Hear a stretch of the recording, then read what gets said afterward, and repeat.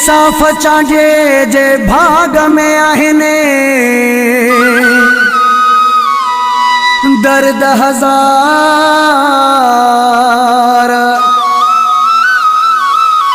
दझा ॾिना आहिनि यार। परवेज़ साहब के इश्क में हो दर खे छॾियो वराए, बस यार कोन ईंदो। दर खे छॾियो वराए, बस यार कोन ईंदो। सिज कई मोकिलाणी मथा थी वई सोमाणी, पंहिंजे भाग ते रोअण जो ज़ारो ज़ार कोन ईंदो।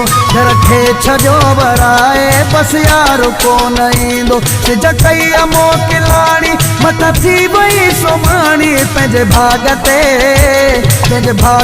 रोअण जो ज़ारो ज़ार कोन ईंदो। दर खे छॾियो वराए, बस यार कोन ईंदो।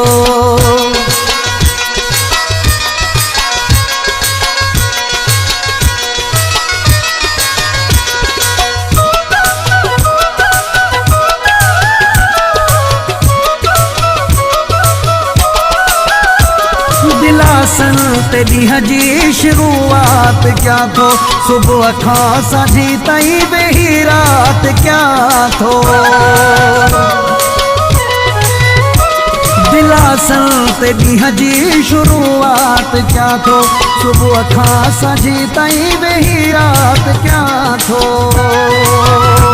सिज कई मोकिलाणी थी वई मथा सोमाणी, पंहिंजे भाग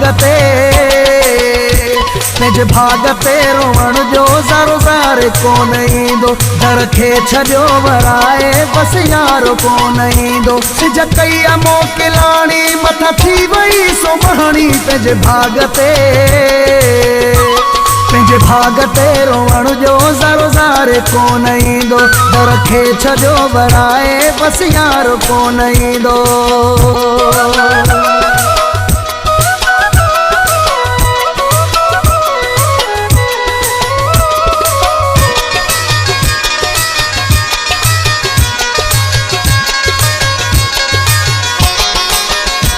रुगो आसिरा ॾई बीमारी ॾिनी थई, ज़माने जी तकलीफ़ सारी ॾिनी थई। रुगो आसिरा ॾई बीमारी ॾिनी थई, ज़माने जी तकलीफ़ सारी ॾिनी थई। सिज कई मोकिलाणी थी वई मथा सोमाणी, पंहिंजे भाग ते रोअण जो ज़ारो ज़ार कोन ईंदो। दर खे छॾियो वराए, बस यार कोन ईंदो। सिज कई मोकिलाणी मथा थी वई सोमाणी, पंहिंजे भाग ते रोअण जो ज़ारो ज़ार कोन ईंदो। दर खे छॾियो वराए, बस यार कोन ईंदो।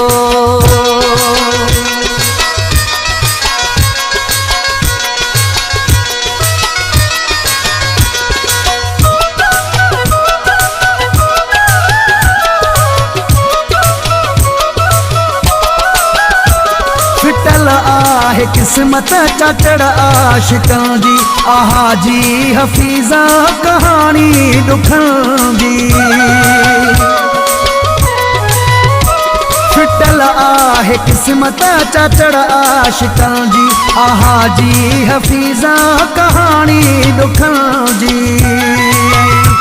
सिज कई मोकिलाणी थी वई मथा सोमाणी, पंहिंजे भाग ते रोअण जो ज़ारो ज़ार कोन ईंदो। दर खे छॾियो वराए, बस यार कोन ईंदो। सिज कई मोकिलाणी मथा थी वई सोमाणी, पंहिंजे भाग ते रोअण जो ज़ारो ज़ार कोन ईंदो। दर खे छॾियो वराए, बस यार कोन ईंदो।